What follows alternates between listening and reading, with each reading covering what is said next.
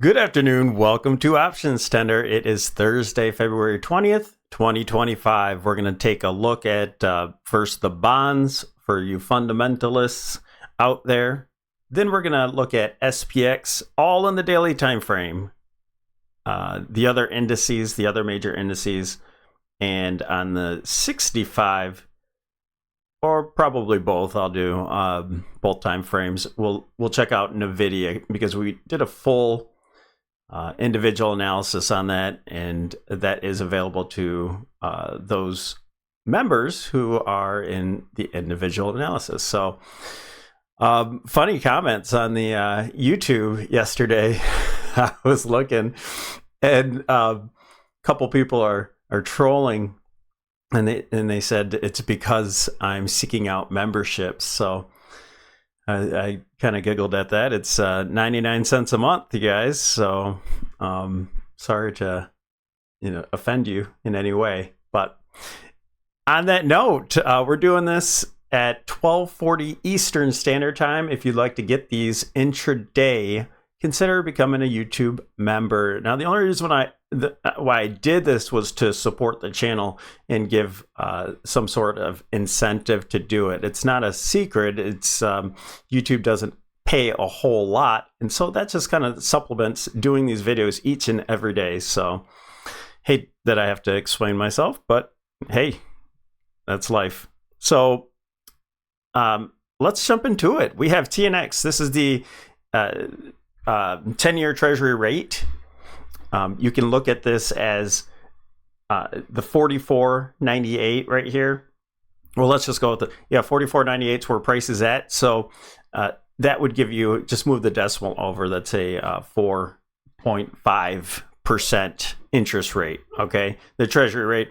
And what I want to show here was the diagram of the bearish rising wedge, back tested it, and got a lower high at that point. So we're in an equilibrium right now, and if this starts to break down, especially here at the 44.50, then you should see an acceleration to the downside, and that's going to be a sign of weakness for the tech market. So keep an eye on that. We're getting underneath the MAs, the moving averages, and you say the 8 EMA is pushing down as well, and so our momentum and our trend is starting to head lower at this point. There was a possibility that it looked like it was trying to regain, but at this point we're gapping back underneath. And the reason why I said for you fundamentalists is because we received different data. The leading indicator, there was another one too. Last week, Friday, was retail sales.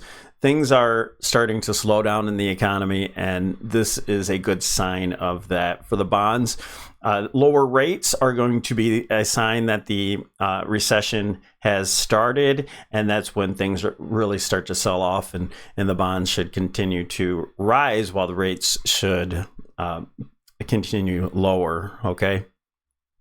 And they should be heading lower for a very long time. All right. Now, let's go into SPX. What I want to show here, because we have our very accurate 2008 and 2021 top, that's this turquoise, and then the purple is from 1929. So some historic tops there. We have this bearish rising wedge, in just slamming into these trend lines and getting rejected every single time. So we got rejected again today. And just looking at structure, remember when I said that this possibly could be counted as, and we'll look at this on the 65 as well, an A, a 3-wave move up for a B, and then a C wave down here just to complete that megaphone structure, right? So this just continues to be expanding sideways move. So I still think that this scenario is playing out, but that would be a bullish scenario, and we make new highs, right? And that's still quite the possibility. I mean, we'll be trading this as if bulls and bears both will want a bounce here, and possibly this could be a 1-2 structure. I know that the rest there's all sorts of ways you can count it, Elliott wave style. But if this is nice large 1-2 structure, this is a wave 3, and you get a larger wave 4, that would be this sideways move, and then maybe we go slam up against that trend line, those trend lines again, making new highs. That's a possibility. All right, I don't want to exit that out, but I do think we start to break down from here. And then we can count this as a possible initial wave down. But you say, how about this? You know, it doesn't look really like a complete move here. And I could argue that the move is done already, but I wouldn't be surprised that we hold the 8 EMA and we actually tag just a few ticks higher. And that could give us a possible 1, 2, 3, little 4, and just a teeny weeny 5. All right. So I wouldn't be surprised if that happened, but the top, I could argue that the 5-wave move is in there already, and that could be done. There's also ways where you can count this as ending diagonal with a 1, 2, 3, 4, and 5, where they're all 3-wave moves, right? And that this had the 1, 2, 3, and a little 4 in there and a 5 already. So a lot of ways to speculate, but we'll keep this simple now at this point. And the fact is that we're hitting resistance. So if price does go up just a little bit higher, that will be an objective short once again that will add on there. And this pretty soon will accelerate to the downside. But if you're bullish, then you want this flag pattern to hold. There's no business going underneath this 8 or 20 moving average. Now, I know that the 50 is still here and it's still holding the trend, so you can't leave that out of it. Maybe that's something else that's happening, larger wave 4 or something like that. But if the trend line breaks, then I think all this bullishness is done and broken. So that's my opinion. And then we can reconsider down here at the 200 moving average, where commercial or the big guys would start they're buying. It's very typical that the larger institutions will buy at the 200 moving average. So we should see a spike through there, get to our zone down here where we're looking for a buy, and see a nice rally from that point where we could try to short again at fib retracements. Okay, spent a lot of time on this chart because those are the things that I'm looking at, and still, once we get to the point to where if and when we get on top of this trend line and something else is happening and we're just riding that 8 EMA to the upside, then we have to change the storyline, obviously. All right, let's go to SPY. Here's another look at this pattern, this possible sideways pattern. We break down from here. We get down to the target area down here at the 560. I like to chart SPY for those who most people trade, most retailers trade SPY. So 560 zone, but it's a real zone from 555 all the way up to 565. So big zone there, but we get that zone from this consolidation area. Now, what if we get to the 200 moving average and we bounce straight off there? That's fine too. That's not, that doesn't change anything if you get an early little move to up there. But just don't get trapped. Just know that your position should be light. If price starts to move down here, your positioning should be lighter by then anyway, and protect your portfolio at that point. Let's go to Qs. Now Qs, again, this is very simple in my mind. The Qs, you shouldn't break down from the 8, and especially the 20 moving average if this is a wave 3. If we're starting to expand our moves out here, and you're really bullish, and we should make new brand new highs and plus more, we shouldn't break down from the 8, and especially the 20, which would be the top of this formation that broke out. Otherwise, we start moving down, and again, it gets a little shifty for me at the 50 moving average. We already broke down from that point. What we're looking for, at minimum, a test of this uptrend line here. And what else do I have to show on this one? Oh, and again, like if SPY, for example, tends to make just, you know, a couple ticks higher to make all-time highs once again, then, you know, this looks good to do the same. Why not? This looks like it might be an incomplete move to where, you know, you need a 1, 2, 3, 4, and 5 to just get a new high here, and nothing wrong with that. Maybe we have another free Friday, and Friday will speak a lot on what happens next week, because if Friday is bullish and gets us new highs, then we'll likely short that high once again. But if we're looking to get just a bounce here today because of the 8 EMA on both of those indices, then we could also get a lower high, and this could Friday continue could be a continuation to the downside, and that's more of what I'm looking at. But, you know, anything can happen, so we have to watch price action, and then Monday should follow through on whatever Friday gives us. So boom. Let's go to SMH. SMH is already in the setup, so it's just riding. We have this trend line. It's kind of a zone of a trend line that goes all the way back. We did a full analysis on this. We're just using the body here and the body here. I could make the line thicker just so it touches these, but it's more of a zone, and it works really well. And we're just back testing that trend line right now, and you can consider this like riding up that trend line. We already tagged it once, broke down, tagged it again, tried to get above, fake break, and maybe it does it again. Like I said, if SPY wants to make a brand new high just to eke out one more high there, then that's a possibility. Now, IWM. Here's what IWM looks like to me. It's just in an equilibrium. If this starts to break down like DIA, then I think we continue to the downside. Otherwise, if this breaks up, then we have something else going on, and maybe that's helping SPY get to its new highs and things like that. But we're going to need this to break to the upside if we're going to break those trend lines that are above from 1929, and we're going to have this start moving along with that and hold this possible trend here. Otherwise, a breakdown would be definitely bearish for the entire indice, and that's what you're seeing the start of here on DIA, breaking down from this triangle pattern that was a possible follow through here, but it did not. It broke down, but it's holding on to this geometric line here from these highs so far, and it's just a pivot. So if we break down from this pivot, we have one more here and then some support. So a couple things happening here that could stop price action each day, kind of thing. You know, if it starts to move down there, take some time to get through there. But after a break of this is a very important pivot here. Support would be the 433 area, and then we look for quite the move actually down here to the 200 moving average.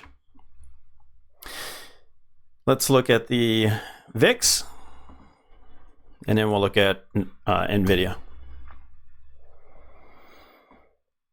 So we already talked about yesterday the bullish falling wedge from the weekly time frame, and then you have consolidation, a huge zone here for quite some time, and that's what we're doing right now is we're consolidating. This I think is all one move here, and we have the low.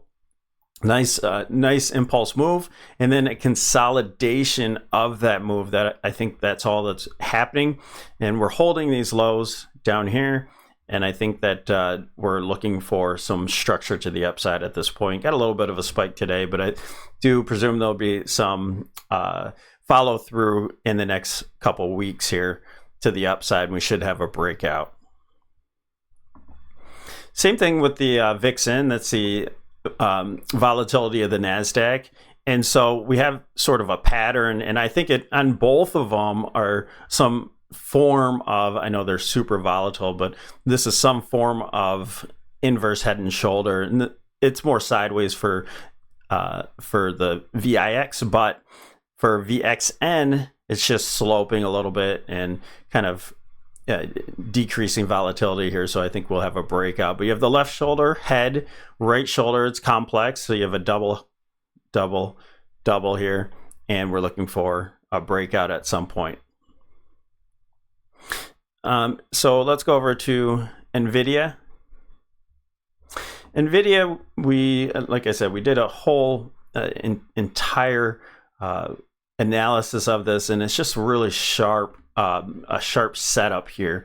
And with this, let's zoom into this entire basically sideways move at this point with some large moves into that, but essentially we haven't gone anywhere for quite some time since last year, I believe. Yeah, last year, let's call it June. And so we formed this this bearish rising wedge, and we can even argue that the wedge was a little bit larger, so I put that white line here as well. And so what it contained was this 1, 2, 3, 4, and 5 wave move. So that's why I made the wedge larger for this aspect. And when I did that, catching the bottom of wave 2 and 4, that's when I realized that all we're doing is back testing that wedge. Okay, and we have two different scenarios that we talked about here, and that was possibly being a 1, 2 and a 1, 2.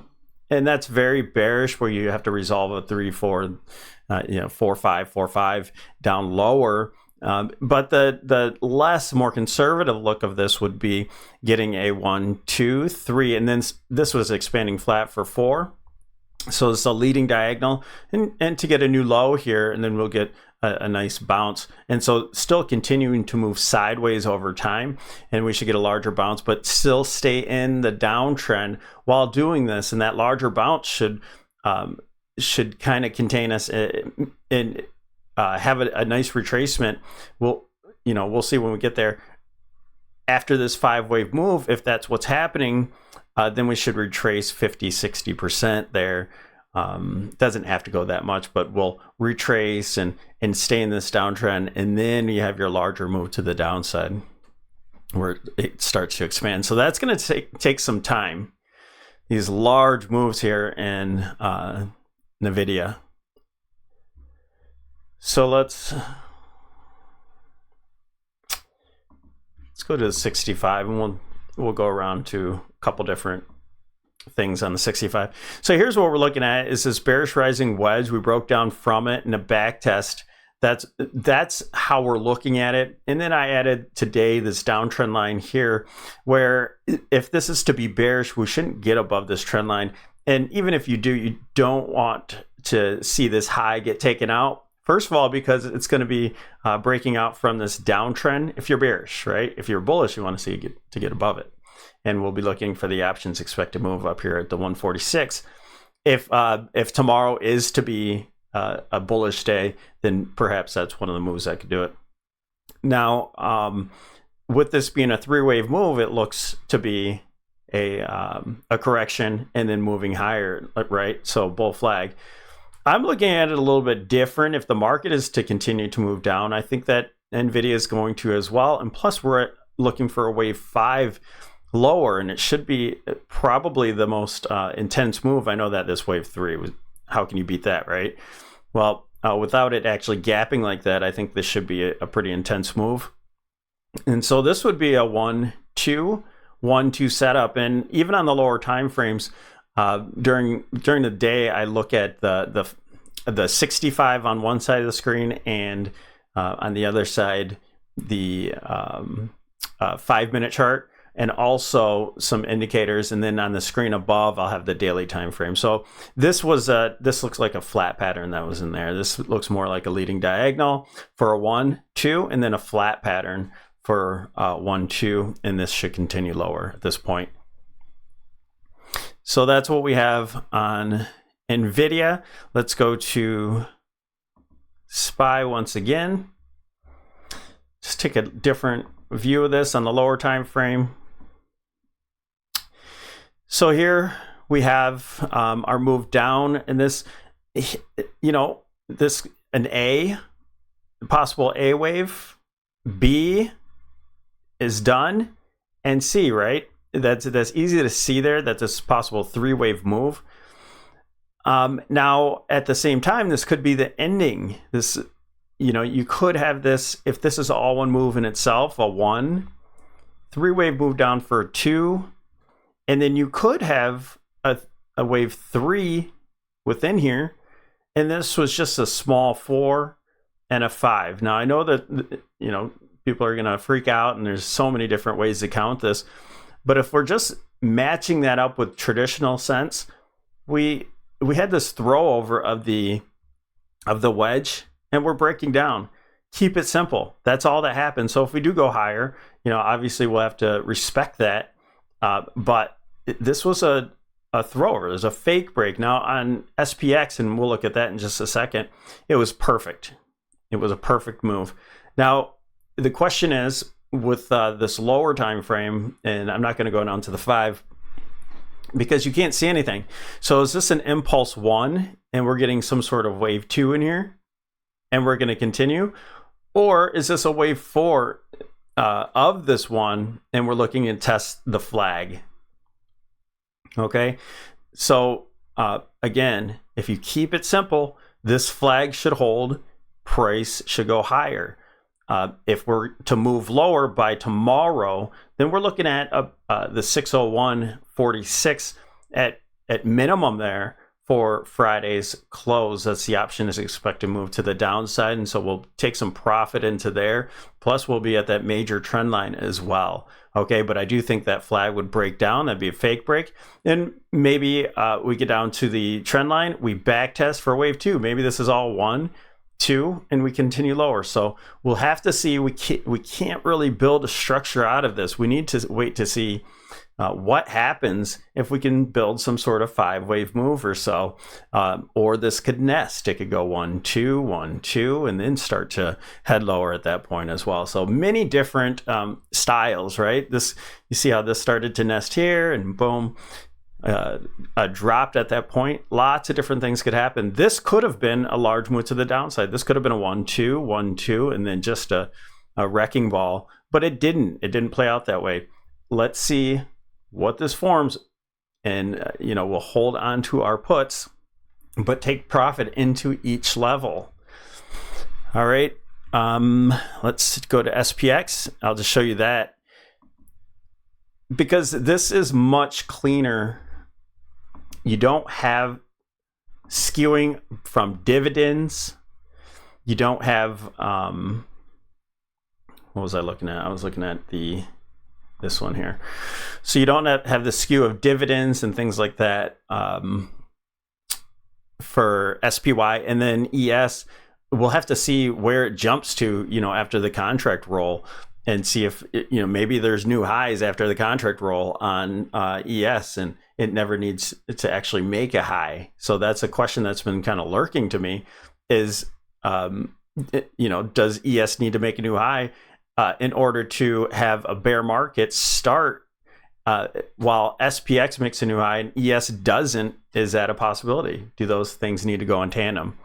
So forget the wave counts here. I didn't update anything there. We have a top. We have, this is what I want to show you, this trend line from this point here using the VIX. We got right to it, right into a resistance zone. So this is just such an important and clean chart here. And I think we're rejecting off of that right now. It looks very good. This could be a very bearish 1, 2, and we get a much lower price action at that point. So just let price show us what needs to happen. And we'll go to, on the 65, the VIX, and that's it. And we'll end this video. It's a 65, and so here's our consolidation area. This is the spike that we're talking about, and now consolidating that spike. And so it looks to me that we're starting to make this beautiful market structure at this point. So watch out for a breakout. We get a breakout from this downtrend line without huge wicks back into it, and we're probably off to the races to the downside. So yeah, keep this on watch. You see all of these alerts here in case I step away from the desk. And we're looking for some sizable moves to the downside with follow through at this point. All right. Thanks you guys for joining us here at OptionsTender. By the way, if you looked at Palantir, that hit perfectly with our video yesterday, and you can check that out if you haven't already. All right. Thanks for joining us. Don't forget to like and subscribe, and we'll talk to you tomorrow.